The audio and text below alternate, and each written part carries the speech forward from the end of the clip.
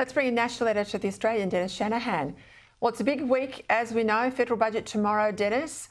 In recent years, though, it's not the sugar hit it used to be back in the Costello-Howard era. It's still important, of course, for the government's fortunes, particularly when they're struggling as much as they are.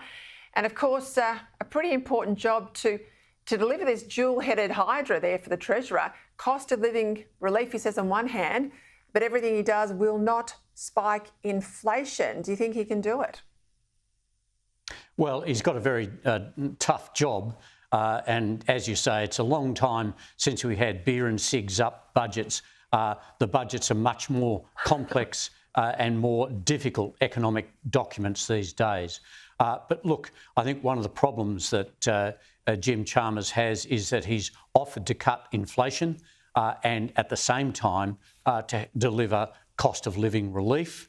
And at the same time, there is a huge amount of spending. The government's been out there spending $1 billion a day on all sorts of things, and all of these things are inconsistent, particularly for the longer term. Australia faces structural deficits, a decade of deficits largely, and what we're looking at the moment is some short-term relief, spending for the states, short-term cost of living relief, and a short-term surplus. But in the longer term, very much more difficult economic outlook. We know the Prime Minister said he wouldn't touch those stage 3 tax cuts. He did. He bore the brunt for the broken promise. The Treasurer apparently had wanted them scrapped for a long time. He got his way. I'll get to this issue on the UN and Penny Wong and her influence in a moment. But I mean, looking at the budget tomorrow and looking at what we know in terms of leaks, how much of this budget is Jim Chalmers, and how much does it sort of bear a resemblance to the Prime Minister's economic character? The Howard government budgets, you know, they started out being Howard budgets with a bit of Costello. I think absolutely by the end they were Costello budgets. Where do we sit now with the Chalmers legacy? Oh, well, look, I think for a start, the selling of the budget has been almost incompletely Jim Chalmers. The Prime Minister has been around the country announcing various giveaways for roads and highways and hospitals and schools and all that sort of stuff. But Jim Chalmers has been the one with the narrative about the budget itself.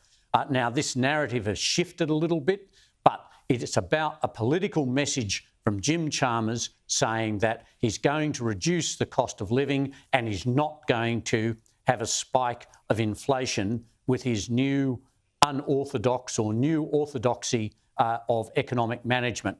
We'll see how it goes, but I think at the moment Jim Chalmers is actually controlling the budget narrative.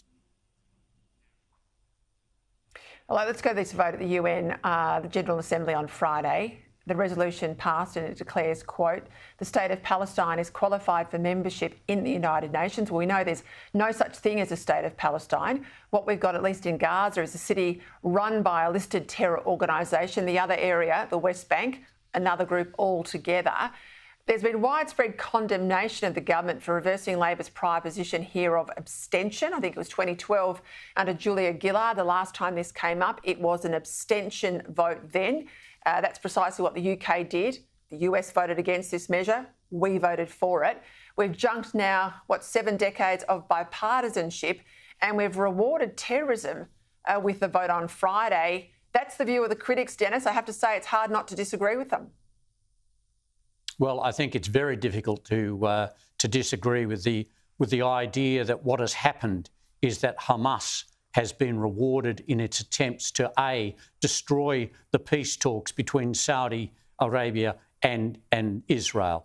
They have actually, despite the atrocities that they committed on October 7 last year, they have turned the UN against Israel. Not that Israel was particularly enamoured of the UN or the UN of Israel, but popular movements have grown up around the world, including in Australia, and this has all been a benefit to Hamas. To have the Australian government, which was the first government in the first country in the world to vote for the state of Israel at the UN 75 years ago under the leadership of a former Labor leader, and a proud tradition carried on by Bill Hayden, Bob Hawke. And so what we're seeing here is the trashing of 75 years of bipartisanship, and there is no way that this can be argued as to be anything else rather than an appeasement to Hamas and a victory for terror.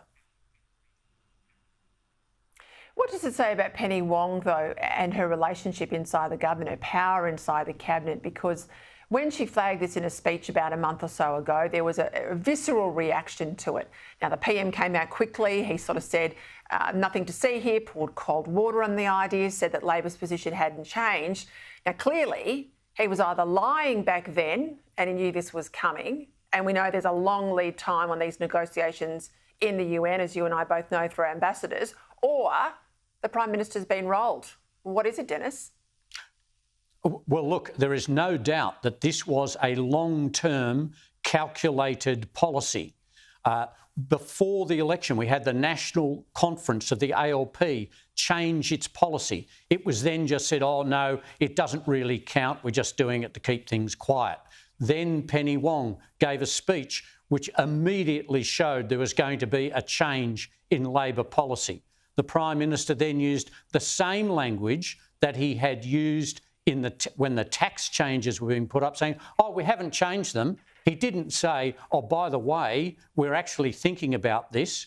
And more importantly, what we've seen here is, of course, Penny Wong has a very powerful position in the cabinet, and her position on this policy has actually prevailed. But what we are seeing is an inability of this government to actually argue a case. If they wanted to change the policy, why didn't they put it out there, as Penny Wong did a month ago, and say, we are changing it, and argue and take in the Australian public, the Jewish community as well, and say, this is why we are doing it. Instead, they effectively mislead the public and say, oh, we haven't changed our position because it didn't change until they voted in the UN. This is a very weak approach to public policy, and it's a repudiation of the handling of this whole issue by both the Prime Minister and the Foreign Minister. They should have been upfront. It's what they wanted. Well, convince the Australian people that it was the right thing to do. I think in the way they've gone around about it, apart from the fact I think it was the wrong decision, they haven't actually convinced too many people at all that they've behaved properly. It's true, Dennis, for you to pick up the gutlessness in terms of their advocacy for their position. I think people will accept, and John Howard had plenty of these, where the government needed to change position, where they needed to go down a course that perhaps wasn't popular at the start, but they were happy enough to argue it out. This government says, no, we're not doing it, nothing to see here, until such time it changes in the middle of the night. I think that's one of the problems they've got. They've got a problem there on the carbon tax. I'll get to that in a moment with another guest. But just before we go, 3 boats, 3 illegal boat arrivals on or near our shores in just the last week. We went through those in the package a moment ago, but it's hard to deny now, Dennis, these people smugglers, they are back in business. Well, if you'll forgive the pun, they're definitely testing the waters. And I think given that the last 3 boats in this last week, only one of the 3 was actually detected on the water by aerial surveillance. One group arrived in the Torres Strait Island, had already been on land, and in the other group, the boat had failed. It was the only reason it was picked up on the Cocos Islands. So what we're actually looking at is a obvious testing by people smugglers to test our borders, to test the physical ability for us to stop people coming, and the moral strength of the government to say we will not allow people to stay and to send them back. And of course, if you're a rapist or a criminal or anyone who refuses to go home, you get to stay here on welfare. And that's the sort of story that's going around the world into these people smuggling networks. Dennis, have a good budget week. We'll catch up with you next week.